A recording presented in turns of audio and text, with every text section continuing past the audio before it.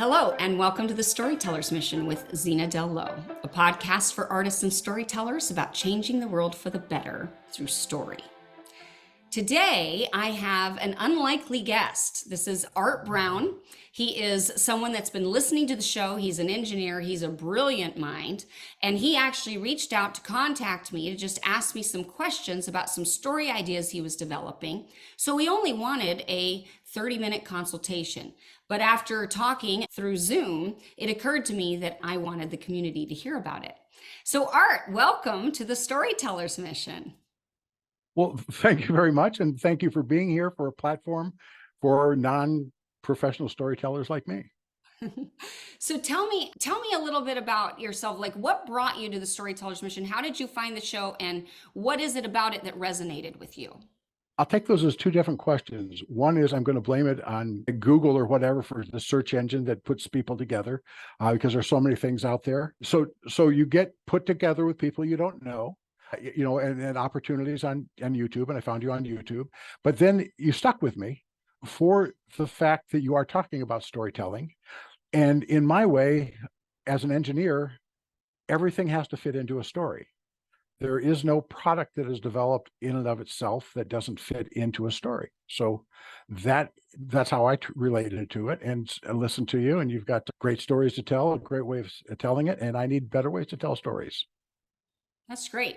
So you don't consider yourself an actual storyteller, like you're not trying to write novels, you're not trying to write screenplays, and yet you are a storyteller in your particular area of expertise.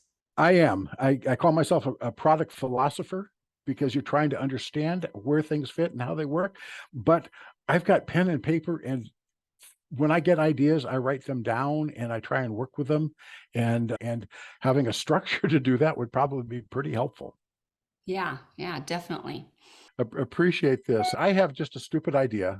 I'm an engineer. I do design work. I do things like that. I've got patents, but crazy ideas come to me also. I don't have an idea for a movie, but I have an idea. And it's got like a name and a tagline and a poster. And I'm thinking about things like stupid movies I've seen or know about. I'll confess I've seen some of them, like Meet the Fockers. Sure. There's no movie to it. There's just a title. Right. That's clever. And okay, here's a title, we can sell this, let's go and do that. Or Monster in Law, or even How to Lose a Guy in 10 Days. You go, okay, these are movies that have titles that people are going to go and see. So it's called a high concept piece. It's something that sells based on the title itself. It has a high concept attached to it, and people are going to be attracted to it. Okay, well, good. And that's kind of what it is. Because I do engineering design work here, and I got a small business, and I've been out pitching people to raise money. It just drives me crazy to think that somebody could raise $40 million to make a movie called The Hot Tub Time Machine. Which is surprisingly good. Yeah, I guess, yes, it is. And they made a sequel to it also. So with that, I came up with a word, and it's almost raunchy, but it's also kind of clever. But the word is, if somebody's just 99% perfect, but they're not quite there, you could just call them perfect. Okay. So this is, it's just a great word. It is a great word. And nobody uses it. And so you could make a movie about it. And, I was thinking like the poster, they could have a poster on the wall, the movie poster could have a poster on the wall where somebody says, Mr. Perfect, and he's just beautiful and happy. And there's a lady or, girl, woman, just, spray painting a U on top of the E and perfect. and it's just, you're almost there, but you're not. And so I had that idea, came to me to say, I wonder what I could do with this, because I don't write screenplays or anything. And you send an email saying you do a 30-minute, consult and things like that. It's, there's an idea there. It's a romantic comedy type deal, I guess, supposedly, but it's a comedy. And then the acid test, of course, is, can it be delivered on? Can it be? The challenge of it, and this is where you get into tricky realms, to be honest with you, is that there are certain limits to what we can promote according to the guys that do the ratings. So for example, when they were doing Austin Powers, they had to change the name of it in England, The Spy Who Shagged Me. You couldn't say that in England, but you could say shag here because it doesn't mean the same thing. So there are Interesting. some Yeah. tricky things there, and I don't know what the rules would be. I mean, meet the Fockers, Mr. Perfect. It's a little trickier because it sounds like it. It's not. Uh-huh. Also, the meaning is the same. Fokker being the last name, this actually is intending the same thing. So I'm not sure what the rules would be. Yeah, we'd have to ask somebody that knows more about the rules. But conceptually, there's something there. Of course, the acid test is, can you write a story about it? Mm-hmm. But if I'm understanding you correctly, you don't actually have any desire to write anything. I have no burning desire to write a movie script. No, I'm an engineer. I know, I'm but would you want to be a producer? Because here's the thing, what you're doing right now is sort of a producer thing. Like you come up with concepts, you don't want to write them, but if it could sell, you'd sell it, or you'd maybe find the team to be able to put it together and then try to sell it. That's a producer, which is probably what an engineer kind of is, a project manager. That's interesting. Yeah. So you might have producer sensibilities. Okay. Like, is that a good thing? Well, the producer is a producer is an interesting animal because they're not the true creative, but they have to be creative to some degree. They understand the finances. They're the bridge between the creative and the money. They're the bridge between the business and the execution of the entertainment. They're also the most powerful person on any project, to be honest with you, because they're the ones that hire and fire everybody. So that's why at the Academy Awards, it's the producer that gets the Academy Award for Best Picture, because nothing happens without a producer. And everybody's looking for a good producer. But there are different types of producers. Some producers will follow a story. I mean, it could take 8 years to get something from from concept to finish. Those are really dedicated producers. You sound to me more like the guy that's this high concept guy who comes up with the ideas, meets with other producers, sells the idea to them, and moves on to the next one. But I always tell people you wouldn't want to produce anything unless you were truly passionate about it. Otherwise, if it's high concept, you could sell it and have other people do the hard work of making it happen. You just get a payday. Okay. Well, so that's why people like Mel Gibson produce The Passion of Christ. Correct. And he has his own production company. Yeah. There's a lot of actors now that do produce, like Reese Witherspoon. She's got her own production company. It's where the power is. And the producer's the one that makes it happen. They put the project together. Or they come up with the project and they sell it. Of course, writers do that too. But typically, or what's difficult about your situation to me is that in this day and age, they want to see something written, and you don't want to probably hire anybody to write something. Probably not. Yeah, I'm sitting here. I spend time on YouTube and stuff, just looking for ideas and thinking and just seeing how much free education is out there. It's just amazing that everything that we can do. So I didn't know where to go or what to do with it. And what else you got? Okay, that's different or along those lines. What are some of the other ideas you've been coming up with? Okay, I was breakfast with a friend this weekend, and that idea for a mirror. And the idea came about was saying, if you could talk to yourself 20 years ago, what would you say? If, 20 years in the future, if you could talk to yourself, a mirror where you see yourself and can talk to yourself 20 years in the future, 20 years in the past. I thought about that. It's like somewhere in time or about time, or, where the activity is in the changing of a person's character, not through a fighting of dragons, but through a personal struggle that they come through. And they find out that they've always had. So this is an interesting concept. Mirror, mirror. I'm calling it mirror, mirror because it's, it's your future self looking through a mirror at your younger self. What comes to my mind is that it's a comedy. It's sort of like, is it 15 going on 30, or the body switch thing where with, the mom switches bodies with the kids or whatever. Here, where I see is you've got your future self who somehow is able to see his younger self, who's in the midst of whatever crisis that younger self was in, that was what the older self sees as the game-changing moment, and now is trying to advise the younger self through these glimpses in the mirror of how to do it better and give that advice. But he's blocked by the fact that you have to have the mirror to see, and you can't be crazy, and the younger self, of course, doesn't want to listen. And can you actually control, can you change the past? It's a comedy that with a lesson in it. Yeah. There's something really good here. I like that idea. Okay, good. What else you got?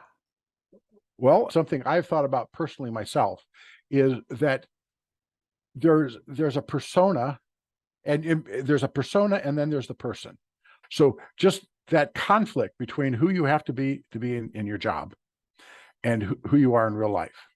Well, maybe that's like Shane, where in order to live the happy life that you want, you have to have this rock solid character and be able to meet the demands of life that throws at you Sure. in order to go I hear back. what you're saying on that one. I don't think that one lends itself to a clear story.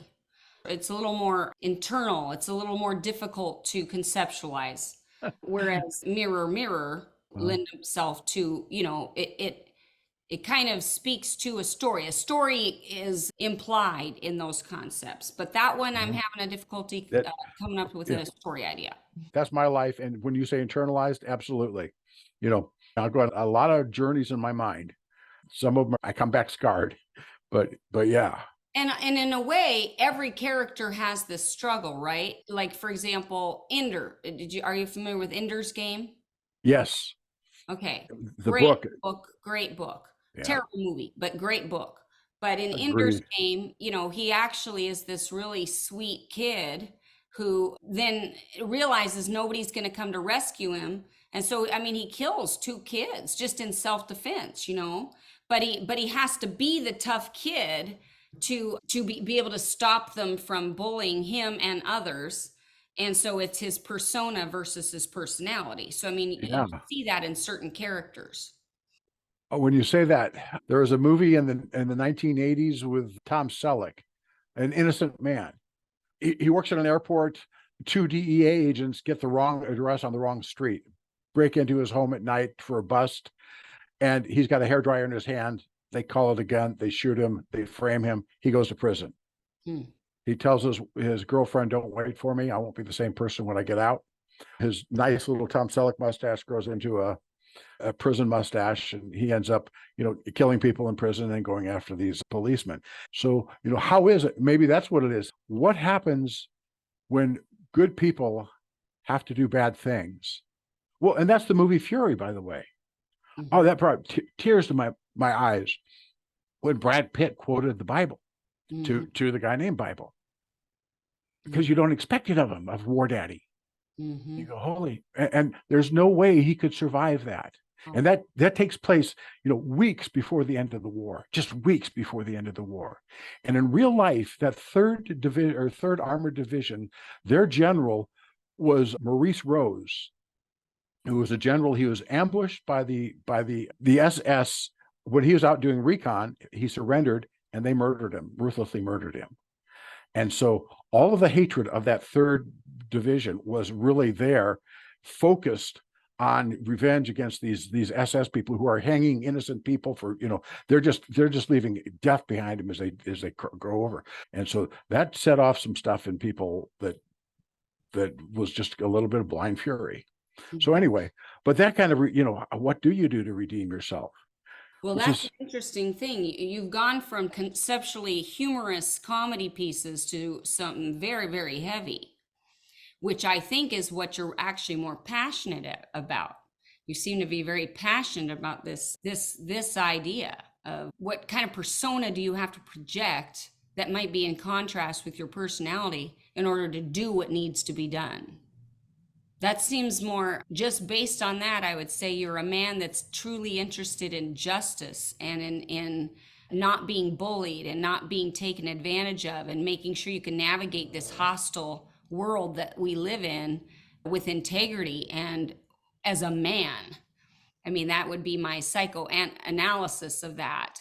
and you see the pitfalls, how easy it is to actually miss the mark of going beyond persona and losing your personality, who you really are, because of the persona you need to project.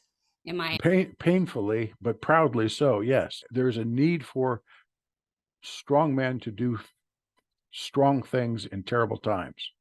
The abuse of power by people in power and taking advantage of kids is just rankle to Disgusting. me. And what's also Yeah. disgusting has been the tendency of our society to want to really demoralize men, emasculate them. I just saw the Barbie movie. Have you seen the Barbie movie? I did. I did. I'll tell you what I hated about the Barbie movie. For one, it's such a low view of men. There is no honoring of any man in that movie. Men are superfluous, they're silly, they're petty, their patriarchy is oppressive. It's not seen as protective at all. It is completely oppressive, it's selfish. They're easily manipulated, they're fragile. Everything about men in that movie it's such a low view of men.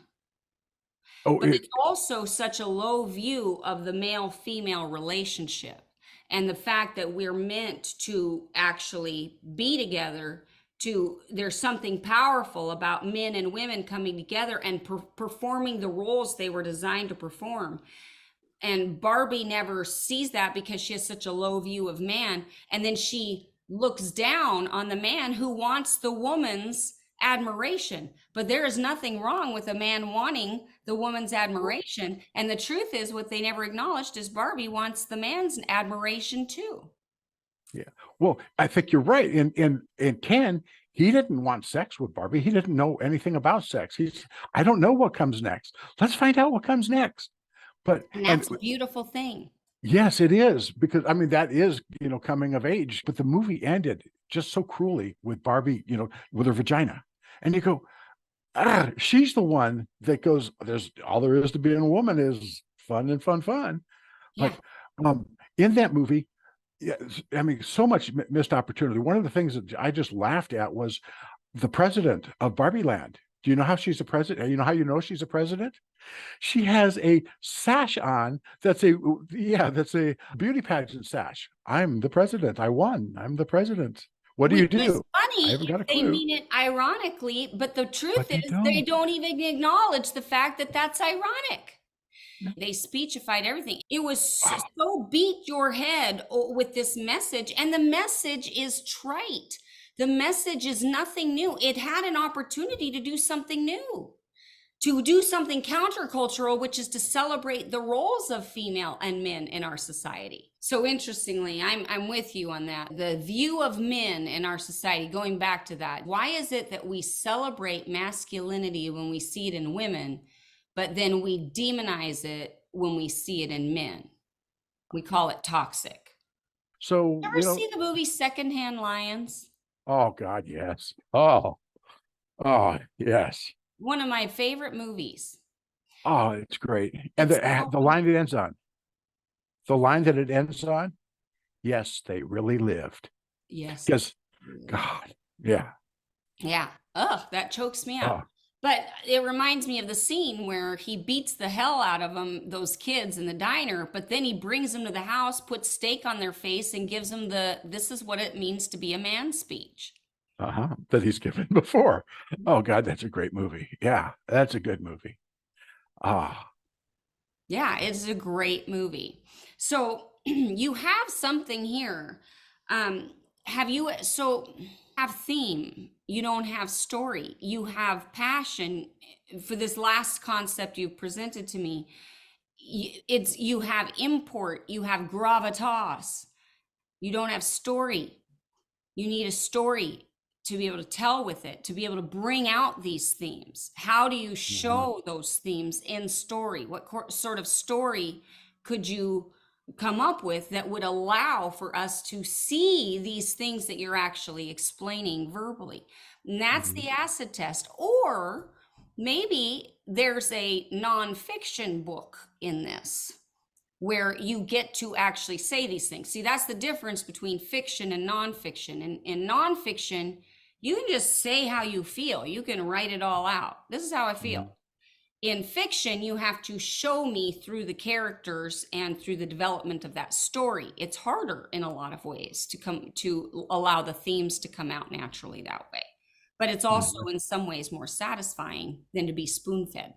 So you definitely have worthwhile themes. This persona thing, this man thing, this issue of how to be a man today. Very, very important stuff. Question is, how can you show it through story? Something to think about. And you don't have to answer right now. It's something for you to ruminate on. We can meet again. Okay. So ruminate. I'll do that. Here's what I would say to you, Art. First of all, I wouldn't recommend that you start writing screenplays. It takes 10 years to get really good at it. You don't want to do that. But you do have good ideas. So come up with concepts if you want. I don't know that you even want to write books, but you have good concepts. So here's I'm going to be totally honest with you. I would not recommend that you take my course, Formatting as an Art Form. I don't think that would behoove you. But I'm about to come out with a new course that would be very useful for you. And it's a story structure character course. It basically helps you break down story from a character perspective. What is the story? Who's the story about? And every writer, every storyteller should take this course. It's just the stuff I wish somebody had taught me when I was first getting started. And it's the only thing. I could never finish a long form project. I read all the books. I'd spent thousands of dollars on various courses, and I could still never finish because it didn't click. What I'm going to be teaching in this online course is exactly what has helped me. Right now, you've come up with concepts. So let me just give you an idea. Mirror, mirror. All right. And that's the name I've given it because it's catchy and it's kind of a play on mirror, mirror on the wall, but it's totally different. But the truth is, all you have is an adult self can see and speak to a younger self in the mirror. That's really what it is. But now there has to be a mythology developed. Now we have to understand, well, okay, who's trying to do what? Do they both have conflicts in their real life? If so, what is the conflict? Is it about getting the girl of their dreams to go to the prom with them? What is the thing? I mean, there's story that's missing. And as you will get better at this as you understand story. And here's the other thing. As you go through the course, I can tell you're going to be the guy that is having ideas come out the yin yang. It's going to generate ideas. And I would recommend as you go through it, you keep a pen and paper handy and you just pause it and write down your ideas as they come. Because I think you're kind of the guy that has 1,000 ideas. And then you can sit down and look at the end and go, okay, which ones actually have the potential for story here? Art, you would maybe be surprised. I rarely have people pitch to me ideas that I go, I can see that. That's high concept. I get it. You have that. So a course on story structure, character development would really behoove you, but it's not done yet. But that would be wonderful. That would be good. I am a storyteller. I love analogies. That's how I invent things. And yeah. So keep listening to the podcast. I think the podcast will help you to keep coming up with those things. I'm hoping to release this course in the next 2 to 3 months. So It's close. It's close. Yeah, it's got to be so much work. I like talking to you. This is good stuff. This is really good stuff. If I could do something in my life, this is what it would be. This is sitting around talking about these things and coming up with concepts and stuff. And writing things down and taking some action out of them. Absolutely. Okay, may I give you an assignment then? Yeah. So here's the thing. I think you really have great ideas. You're clearly a man that's thoughtful. You know a lot of things. This is so great. And my encouragement and my advice to you is to continue to write these ideas down, and then let's schedule another conversation for like a month from now or something like that. And let's see where you're at. And you just keep jotting down any of these ideas that come to you. And let's see what develops. I just feel prompted to try that. Let's try that. Okay. In the meantime, Okay. That sounds good. In America, we tell American stories with happy endings. Other places, Europe doesn't do that for a story, storylines. Bicycle Thief, I couldn't finish that movie. I was oh, too scared. I loved it. Here's the thing.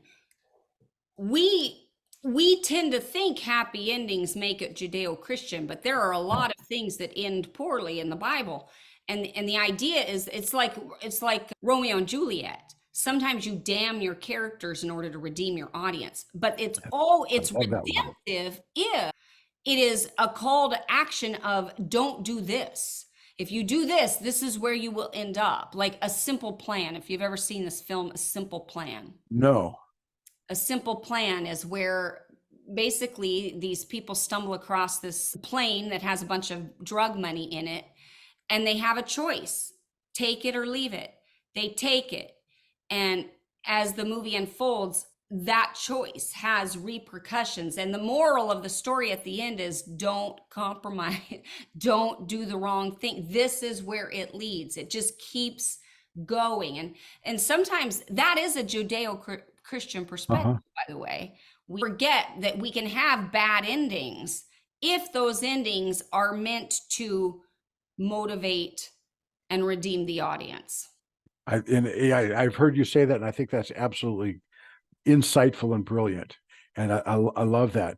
But, and I guess it was some other reading I was doing where people say, that we as Christians believe, and they have an ending. We're all, if you're good, you're going to go to, no matter what, you're going to go to heaven. The Hollywood ending, in the end, the hero always wins. Well, that's not storytelling in other parts of the world. And here's the thing, Bicycle Thief, it is beautiful, but ultimately it's a hopeless view of humanity. There is Oh, no possibility of redemption. That kid is just forever doomed because wow. it is a nihilistic view. It is a hopeless Yeah. view. So, I mean, I loved it. It's beautiful, but it's also not Yeah. consistent with my worldview because I don't believe that we're hopeless. Now, I do believe that there is suffering, but in the midst of that suffering, I think Yes. there can be meaning and purpose. And the But Bicycle Thief is missing that. I got slightly beyond where she sold her sheets and to get the bicycle back. And when she put her sheets into this giant warehouse of sheets, um, my life, I mean, that just, that was The hell. hopelessness, Well, the it's meaninglessness. the meaninglessness and the purpose of government to create this false exchange of value for value to keep this cycle down to where people are just ground into the dirt. Yeah, when I saw that, you go, this is, this is just a, Hopeless. oh, absolute and self-generating hopelessness. There's no out of it until you go somewhere, until you break out of That's it. why America was so essential. Because Is America was where you could break the chains or Yeah. the cycle of that sort of greed. And of course, now America isn't, I don't know where we're at now. But that's why America became such a beacon of hope, is because of that. It isn't our beautiful skylines or our beautiful territory. It is that idea. It's the idea that things can be changed, systems can be broken, corruption Yeah. can be ended. People can be brought to justice. The powerful can fall. You can improve your station. You're not stuck in a cycle or a rut. You can transcend what is Yeah. systems of being. That is Christianity in a lot of ways.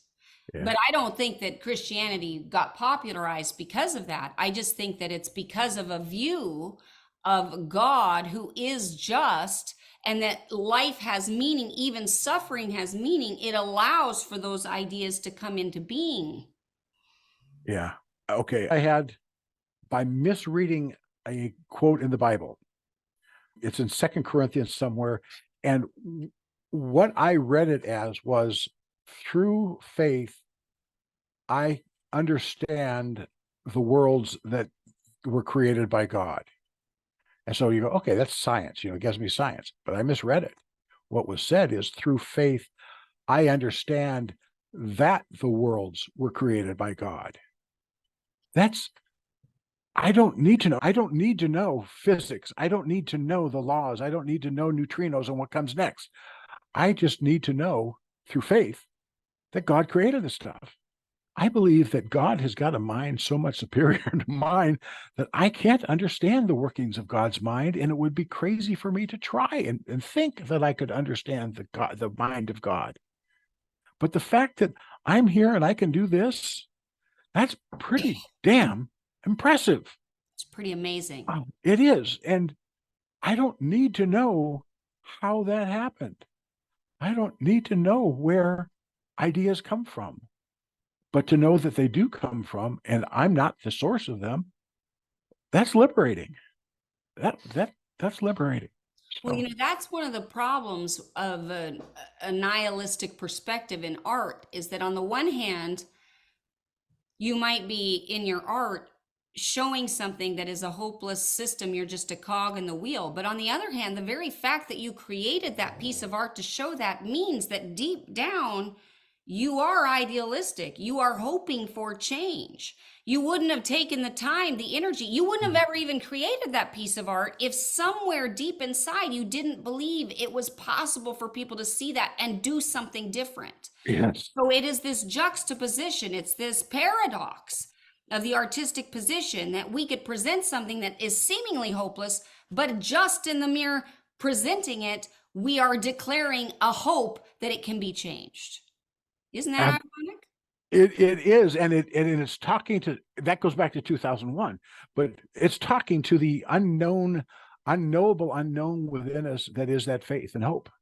And that is where, as a storyteller, as a creator, I put it out there, but that's where I have to turn it over to God too, because of the mystery element of even the creation of any sort of piece of art. You can't always, you don't know what to do with it. Who is your audience, how to get it to them.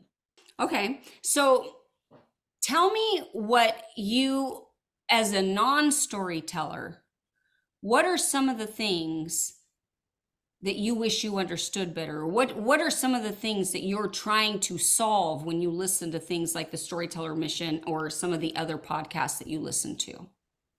I think I'm listening for the message that's being given there so that I'm engaged in listening to what you're saying.